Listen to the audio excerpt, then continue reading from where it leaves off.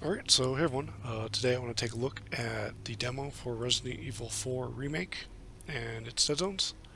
So this time starting with the movement, it uses about 46% rounded square dead zone. So this is a little larger in the corners. And these dead zones are made by setting up a circular dead zone on top of a square or axial dead zone. And the axial portion is 25%, and that causes a restricted diagonal movement around both axes. So if you're anywhere in this blue region, you'll be moving, in this case, perfectly forward and perfectly back. And you don't start seeing a diagonal movement until you move into these green regions. It's very difficult to demonstrate this, but if I move right around the dead zone, you can see here I'm moving perfectly back. Move over here, I'm moving more to the right.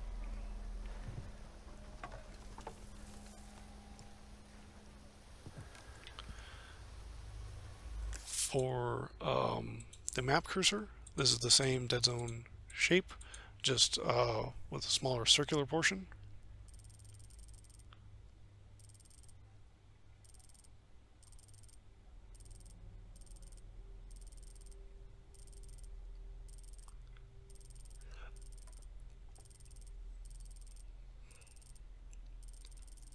And the restricted angles can be seen a little more easily when you cap it to the edge like this. So for this vertical portion of the axial dead zone, you can see that threshold more clearly.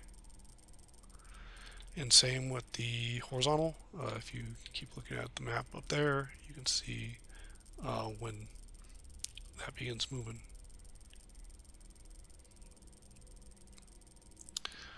Of course, the most important dead zone is the camera dead zone, and this seems to be consistent between the general camera or the hip fire and the aiming. But you can see the shape here seems more like a sort of Lego head, and horizontally it's about 31%. Acceleration starts very slow, so this might not be too obvious. And it's rounded here, but it's about 40% vertically.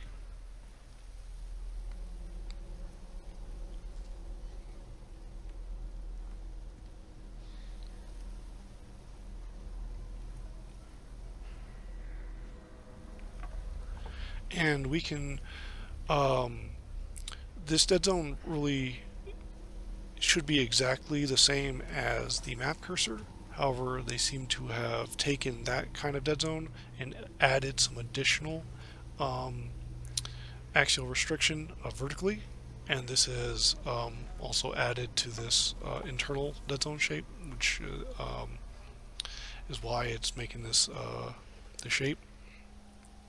But similar to both, you can see that when you move the stick within this blue region here, moving perfectly to the left and then perfectly to the right, so you can point at very obvious angles.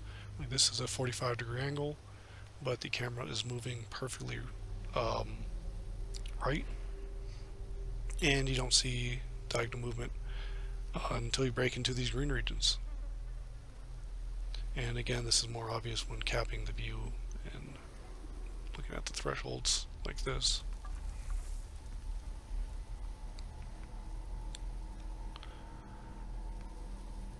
Now, this is unfortunately kind of the worst combination between Resident Evil 2 Remake's Dead Zones and Resident Evil 8's Dead Zones. So Resident Evil 8 used a rounded square dead zone with the same axial restriction we're seeing here with the movement and the map cursor. Resident Evil 2 Remake's dead zones were actually pretty good.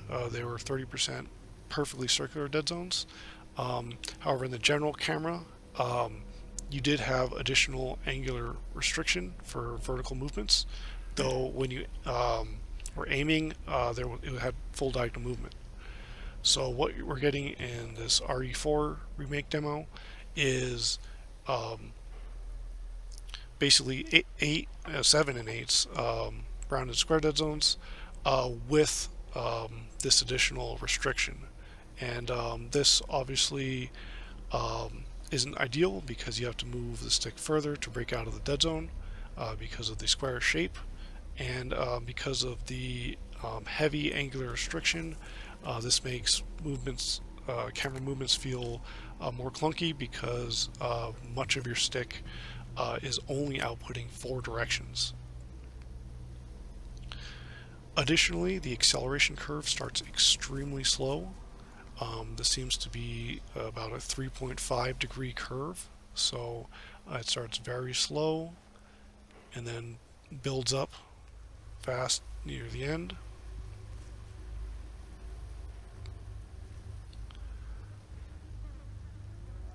To compare, I'll put up a graph comparing Resident Evil 8's acceleration curve as well as Resident Evil 2 remakes, and you can see just how much slower that is in comparison to those games. And while slower starting curves is good for making precise adjustments, if you go too far with it, it can make too much of the stick dedicated to precise movements. So you have to make huge movements to make access, say, medium speeds.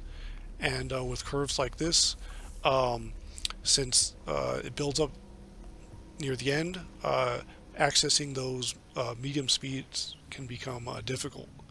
So together with the dead zone size, and the acceleration curve, this can make camera movement feel less responsive and make you more prone to under or over correcting. So it's easy to make very small movements, but if you want to make a quick small adjustment, that's very difficult. So some things I'd like to request is, one, changing all these dead zones to perfectly circular dead zones and adding dead zone sliders for it. So, and hopefully these sliders could go, say, from 50, basically just short of what the movement dead zone is, down all the way down to 0%. So you could have a full range to customize the exact dead zone size you would like to use. These axial dead zones could be preserved if we were given options for those as well, so that players could restrict diagonal movement as well, since they're already implemented. So players could either keep these default controls or switch to perfectly circular dead zones with full diagonal movement. Lastly is giving us a slider for the acceleration curve. Some players may like this current acceleration curve, but others like perfectly linear curves or some curve in between, and having a smooth granular slider would allow players to fine-tune what works best for them. And these would have significant effects on the accuracy that players can manage with improved settings like that. And that's something that I want to demonstrate here. I've done a few Antideadzone demonstrations on my channel, and you can see how that works there. I'm just going to use a script to counter the in-game dead zones to try to demonstrate this. So the movement dead zone is about 46%, as you can see here. Has the restricted angular movement, and the camera has this restricted movement. And you can see, even if I'm making kind of pretty large circles because of the dead zone and the slow acceleration curve, not much movement is occurring. But if I enable this script,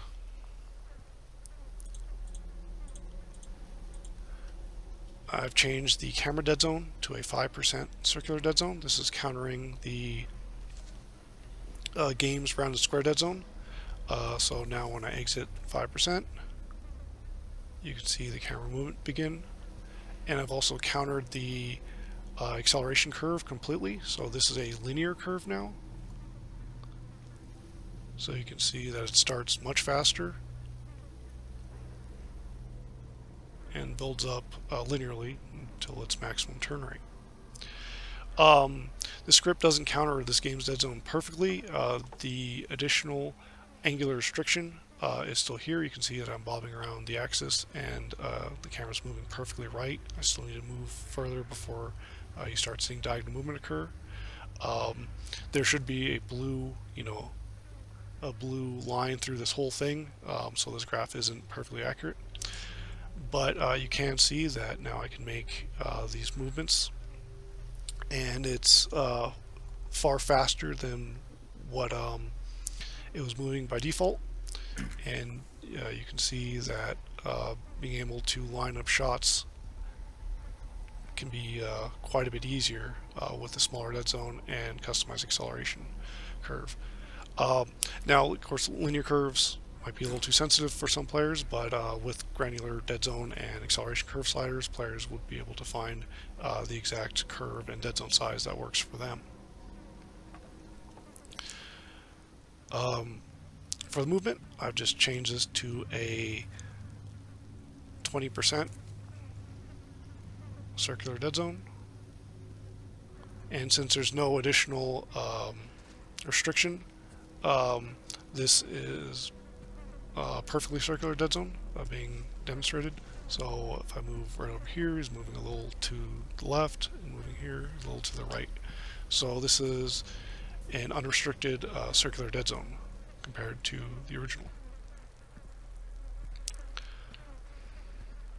So again, the camera is the most important, and if players were allowed dead zone options and acceleration curves, camera movement and player accuracy would be significantly better. So that's about it. Hopefully we can see these improvements. Otherwise, this game is excellent. It's just these little control quirks that I can see really holding it back. But hopefully either by launch or somewhere in the game's life, we can see change to circular dead zones, dead zone sliders, and acceleration curve slider, so that players can really fine-tune the controls the way they want. But yeah, thanks for watching, and everyone, have a good rest of your day.